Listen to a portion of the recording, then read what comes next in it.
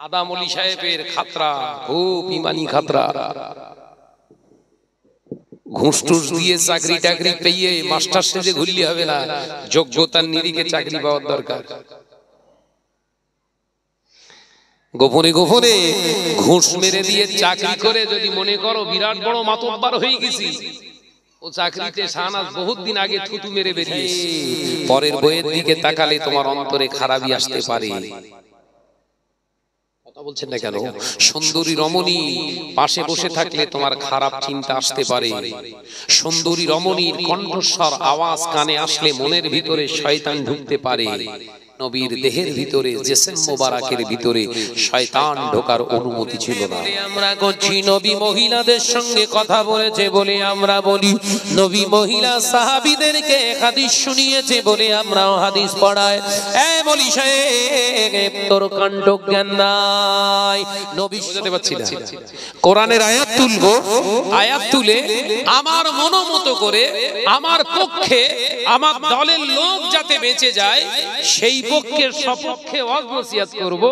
আল্লাহ এবং রাসূলের বোঝার চেষ্টা করুন। আল্লাহ কোরআনের জন্য জানিয়ে দিলেন, ইয়া আইয়ুহাল্লাযীনা আমানু, হে আমার বিশ্বাসী সম্প্রদায় বান্দারা, আমি আল্লাহ পাক তোমাদের জানিয়ে দিলাম, কু আনফুসাকুম, তুমি নিজেকে জাহান্নামের আগুন থেকে বাঁচাও, ওয়া আহলিকুম নার, আমি আল্লাহ পাক জানিয়ে দিলাম তোমার আহলি বর্গদেরকে জাহান্নাম থেকে বাঁচাও। এ নওজোয়ানেরা, যুবকেরা, নামাজ আদায় করছো, রোজা আদায় করছো, হজ আদায় করছো, যাকাত আদায় করছো, এগুলো যেমন আল্লাহর তরফ থেকে আমাদের উপরে ফরজ করে দিয়েছে, ঘরের নারীদেরকে পর্দায় রাখতে হবে, এটা আল্লাহ ফরজ করেছে। ঘরের মেয়েদের পর্দায় রাখতে হবে, এটা কার হুকুম? কোন মৌলভী সাহেবের? জোরে বলেন না। কোন পীরের, কোন পয়গম্বরেরও না, এ হুকুম স্বয়ং আল্লাহ। একবার জোরে বলো, একবার জোরে হবে না? সমাজের বুকে আমাদের ঘরের মেয়েরা অনেক মাওলানা মৌলভী সাহেব ফুসকাওয়ালা ডিমওয়ালার দিকে ঘুমটা টানে। কথা বলছেন না কেন? ঘুমটা দেয় না, দেয় না?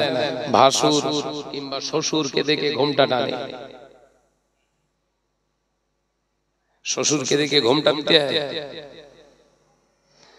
শ্বশুরকে দেখে ঘুমটা তোর শরিয়াত দিতে বলে না। কোন মাওলানা কাবের সাহেবকে দেখে তোর ঘুমটা দেওয়া নয়, ঘুমটা দেওয়া হিসাব থাকা আমার আল্লাহর হুকুম।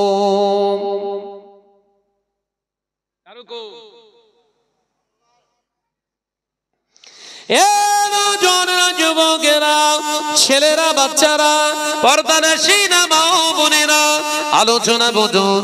আজকে সমাজের বুকে কি অবস্থা চলছে দেখেন। ঘরের নারীরা সাজুগুজু করে আজকে জলসাকে কেন্দ্র করে রাস্তাতে ঘুরছে। বাবা, ওরা একা জাহান্নামায় যাবে না, ওদেরকে যদি জাহান্নামায় যেতেই হয়, আপনি মুরব্বী, আপনি বড় ভাই, আপনি স্বামী, আপনি বড় ছেলে, আপনারও সঙ্গে যেতে হবে। কজনের নাম করলু?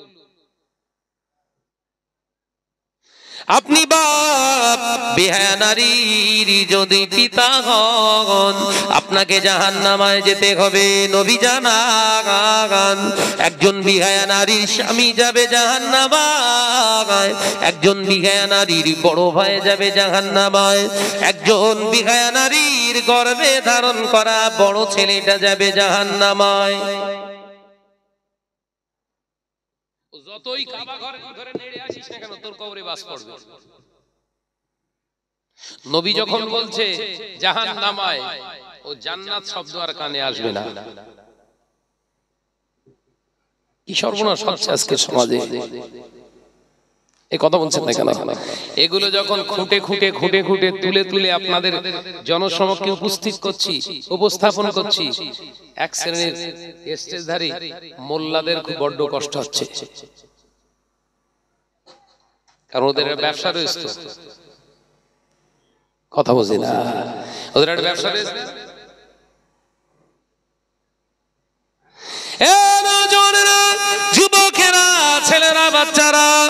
নবী আর আমরা এক নয়।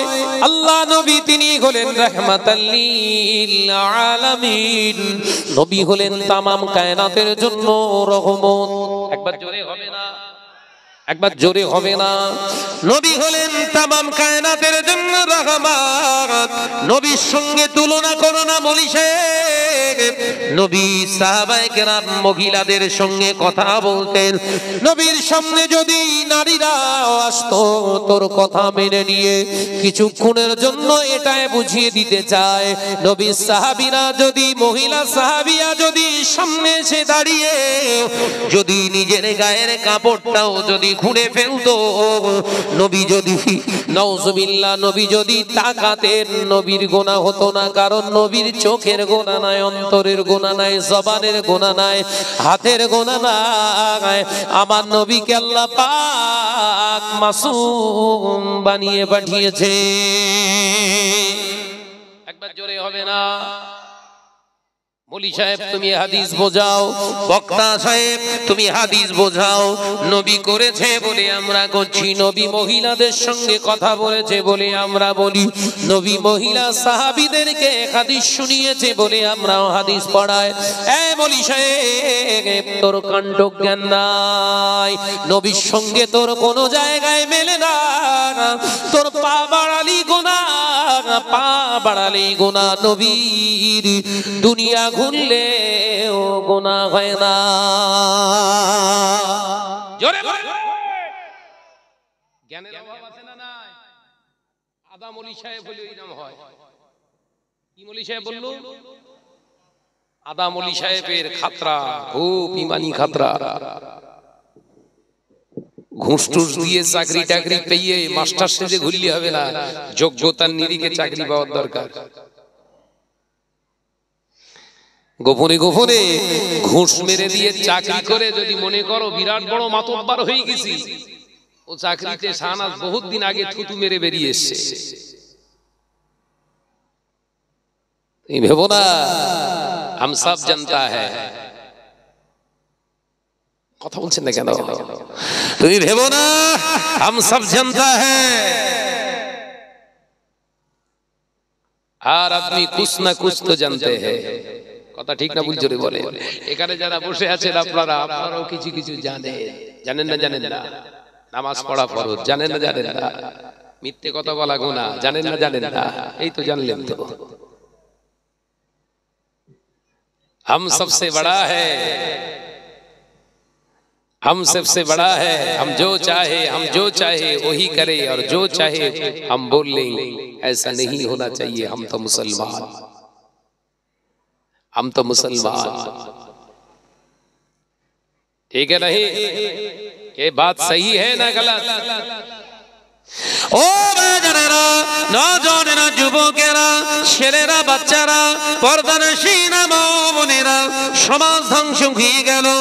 আজ থেকে 12 বছর 14 বছর আগে আমি শাহনাজ ওয়াজ করেছিলাম। মহিলারা স্টেজে গজল গাইতে ওঠে, মহিলাদের স্টেজে ওঠা হারাম, পুরুষদের সামনে উচ্চ আওয়াজে কথা বলা হারাম। ওটা শাহনাজের দাদার লেখা কথা ছিল না, পদ্মাদার লেখা কথা ছিল না, ওটা শাহনাজের বাপের কথা ছিল না, শাহনাজেরও কথা নয়। ওই কথাটা বিশ্বনবীর কথা। জোরে বলুন। মদিনার মসজিদুন নবী শরীফে আল্লাহ নবী সাহাবীরা নবীর যখন শরীর অসুস্থ দেখলেন, মসজিদুন নবী শরীফে আল্লাহ নবীর সামনে প্রস্তাব রাখলেন, ইয়া রাসূলুল্লাহ, ইয়া হাবিবাল্লাহ, হুজুর আপনার দুনিয়া থেকে চলে যাওয়ার পরে ইয়া রাসূলুল্লাহ, হাবিবাল্লাহ, ওই জায়গায় আম্মা জান আমরা আয়েশা সিদ্দিকা রাদিয়াল্লাহু তাআলা আনহা কে দেখতে যাই। আল্লাহ নবী চেহারা মোবারক লাল হয়ে গেল। আল্লাহ নবী বললেন, খামোশ, এই আমার সাহাবীরা চুপ হয়ে যাও, আজ জবান দিয়ে বলো না, আজ জবান দিয়ে বলো না। যখন পুরুষের মেম্বারে নারীরা যখন নেতৃত্ব দেখবে দিচ্ছে, আল্লাহর গজব নাযিল হবে।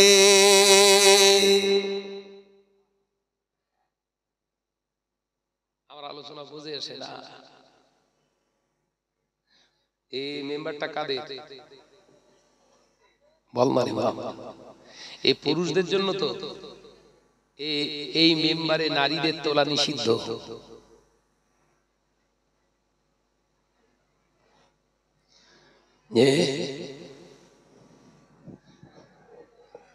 ও মায়েরা, নওজওয়ানেরা, যুবকেরা, ছেলেরা, বাচ্চারা, পর্দানশীনা মা ও বোনেরা, বর্তমান যুগ সংরক্ষণে আজ থেকে 12 বছর ওয়াজ করলাম, মহিলাদের কণ্ঠস্বর শোনা খারাপ। আজকে যদি আপনাদের এই ঘটকের বেড়িয়া গ্রামে এসে আমি শাহাদাত যদি আবার বলি না, হাদিসে আছে নবীর সাহাবী মহিলারা কথা বলতো নবীর সঙ্গে, তাহলে এই ওয়াজটা আমার ঠিক না, সম্পূর্ণ ভ্রান্ত। কোথায় নবী, কোথায় তুমি? নবীর কোন একটা চুল পরিমাণে জীবনে কোন ত্রুটি ছিল? ত্রুটি ছিল?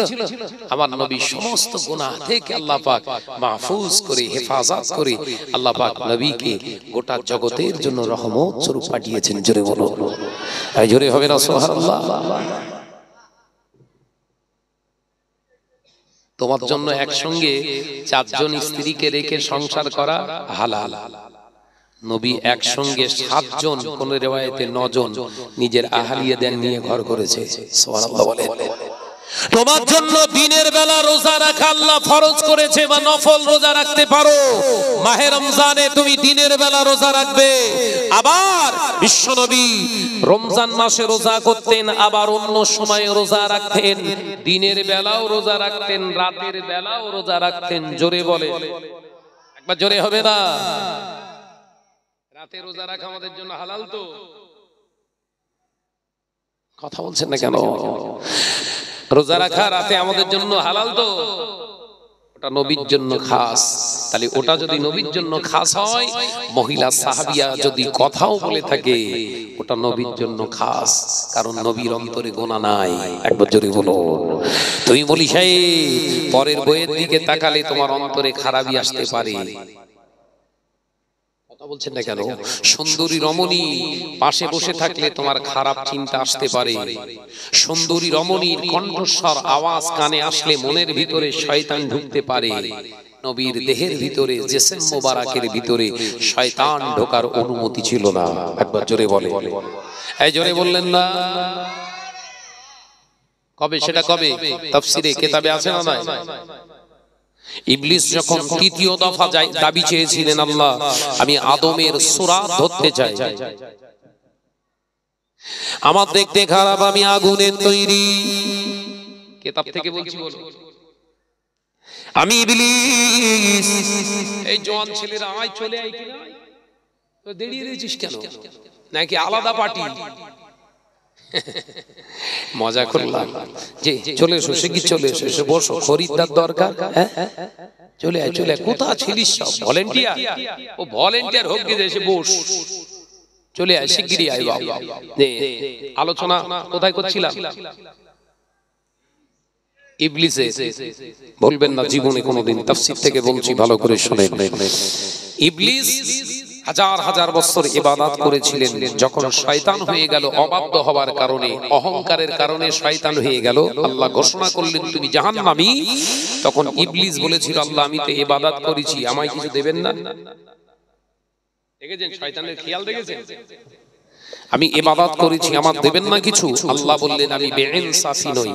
জোরে বলুন না, ওই জোরে হবে না? আমি বেইনসাফি নই। কি চাস? আল্লাহ আমি 3টে জিনিস চাই আপনার কাছে ইবাদতের বিনিময়ে। আল্লাহ বললেন চা, জান্নাত বাদে।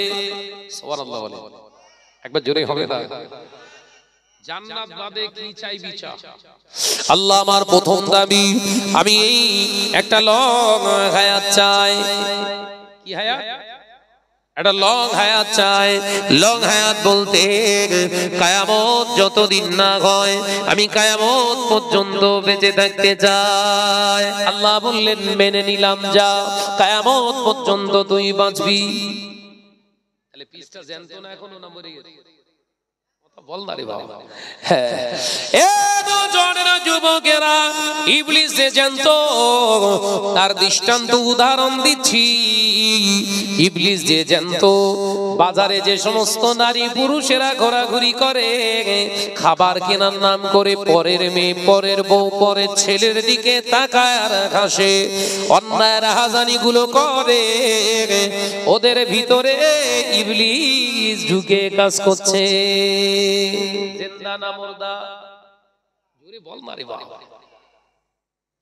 দ্বিতীয় নম্বর চাবা, আল্লাহ আদমের তো নাক দিয়েছো, চোখ দিয়েছো, গাল দিয়েছো, জবান দিয়েছো, হাত দিয়েছো, পা দিয়েছো, ব্রেন দিয়েছো, ঘেনু দিয়েছো, আল্লাহ ওর কলগে দিয়েছো, অন্তর দিয়েছো, শিরা উপশিরা দিয়েছো, ওর একটা পাম্পস মেশিন দিয়েছো যেটার নাম হলো কলব, যেটার নাম হলো হৃৎপিণ্ড। আল্লাহ ওর দ্বারা সমস্ত শিরা উপশিরা রক্ত চালনা হয়। আল্লাহ আল্লাহ আমি শয়তান, আমার ইচ্ছা আমি আদমের দেহের ভিতরে ঢুকে সব থেকে মূল্যবান জিনিস হলো ওর কলব, ওর এই অন্তরের ভিতরে আমি গিয়ে বসতে চাই। অন্তরের ভিতরে বসে আমার যখন ইচ্ছা যাবে চোখ দিয়ে জিনা করাবো, আমার যখন ইচ্ছা যাবে ওর হাত দিয়ে জিনা করাবো, আমার যখন ইচ্ছা যাবে ওর শরীর দিয়ে জিনা করাবো, আমার যখন ইচ্ছা যাবে হাত দিয়ে মানুষ খুন করাবো, আমার যখন ইচ্ছা যাবে তখন আমি ওর হাত দিয়ে মানুষকে অন্যায় ভাবে দাগ কাটাবো। এ পাওয়ার আমাকে দিতে হবে। ওর অন্তরের ভিতরে ঢুকে গোটা বডিতে ঘোরাফেরা করতে চায়। কি দাবি? আলোচনা বুঝতে পারতেছেন না? তাহলে শয়তান প্রথম কোথায় ঢোকে? আলোচনা বুঝতে পারতেছেন না? কোথায় ঢোকে? শয়তান আগে ফার্স্ট মানুষের অন্তরে কলবে ঢোকে। কোথায় ঢোকে? যত শয়তান শয়তানি করে সব অন্তরের ভেতর দিয়ে। ইচ্ছা গেলে চোখ, ইচ্ছা গেলে হাত, ইচ্ছা গেলে জবান, ইচ্ছা গেলে আপনার মাথা, ইচ্ছা গেলে পা, যেদিকে খুশি ও ঢুকে। পরের মেয়ে যাচ্ছে একটুখানি হাত দিয়ে একটুখানি অন্যরা টেনে ধরল, তার মানে জানবেন কলবের ভিতরে ঢুকে শয়তান হাত দিয়ে কাজ করাচ্ছে। আমার আলোচনা সাদা মাটা বোঝাচ্ছে, অসুবিধা হচ্ছে নাকি? দরকার আছে না নাই? আল্লাহ বললেন যাও, মেনে নিলাম। সর্বনাশ, মেনে নিলাম। ও তো খুশিতে বাগে বাগ হয়ে গেছে। আদমের জেসেমের ভিতরে ঢুকে অন্যায় রাহাজানি গুলো করাবো, এর থেকে আর বড় সুযোগ আর কোথায় আছে? তো 3 দফা দাবি বলে জিনিস, আর 1 দফা কি বল? ও আমার 3য় দফা হলো, আমার 3 নম্বর দাবি, রব্বুল আলামিন আমার দেখতে খারাপ, আগুনের তৈরি আমি কদাকার, আমি হলাম জিন্নাত, আমায় দেখে ইনসানেরা চিনতে পেরে যাবে, আদম আমাকে দেখলে চিনতে পেরে যাবে, ওরা বাস শুরু করবে, আপনি তো জাহান্নামী করবে, আমি তো জাহান্নামী, আমি তো জাহান্নামায় চলে যাব। তাই অন্তত আদমের হাতের মার খেতে চাই না। ও রব্বুল আলামিন আল্লাহ, আমার প্রয়োজন হবে আদমের সূরাত ধরে, বনি আদমের সূরাত ধরে, ওদের চেহারা নকল করে, ওদের অবয়ব ওই চেহারা নিয়ে মানুষগুলোকে আমি, বনি আদম গুলোকে আমি জাহান্নামী বানাতে চাই। আল্লাহ যখন প্রয়োজন হবে সুন্দরী রমণী সাজবো, যখন আমার ইচ্ছা যাবে আমি হুজুর সেজে ঘুরবো, আবার যখন ইচ্ছা যাবে স্টেজে উঠে বক্তব্য দেবো, আবার যখন ইচ্ছা যাবে আমি মসজিদে ইমামতিও করব। এ পাওয়ারটা আমায় দিতে হবে। আলোচনা বুঝতে পারছেন তো? ইবলিসের তৃতীয় চাওয়া কি? এই মুহূর্তে ইবলিস যদি মনে করে শাহনাজের জেসেমের ভিতরে শুধু হাত পা দিয়ে অন্যায় করবে না, গোটা ও চেহারাটা আমার চেহারার ভিতরে ঢুকিয়ে দিয়ে আমার সূরাতে কাজ করবে শয়তান। হাদিস বর্ণনা করব, একটা হাদিসের ফুল বর্ণনা করব, কিছুটা বাদ রেখে আমার দিকটা যেটা ভালো হবে ওইটা বর্ণনা করে বাকিটা কেটে বাদ দেব। এটা হচ্ছে ইবলিসের ওয়াজ। আমি বোঝাতে পারছি না? কোরআনের আয়াত তুলবো, আয়াত তুলে আমার মনোমতো করে আমার পক্ষে আমার দলের লোক যাতে বেঁচে যায় সেই পক্ষের সপক্ষে ওয়াজ নসিহত করব, আল্লাহ এবং রাসূলের জন্য করব না। সাধারণ মানুষ আপনারা তো বুঝবেন না, কিন্তু ওয়াজ হচ্ছে, ওয়াজ করছে কে? মৌলী সাহেব। হাকিকাতে কে? ইবলিস। তারতম্যটা বুঝতে পেরেছেন আশা করি।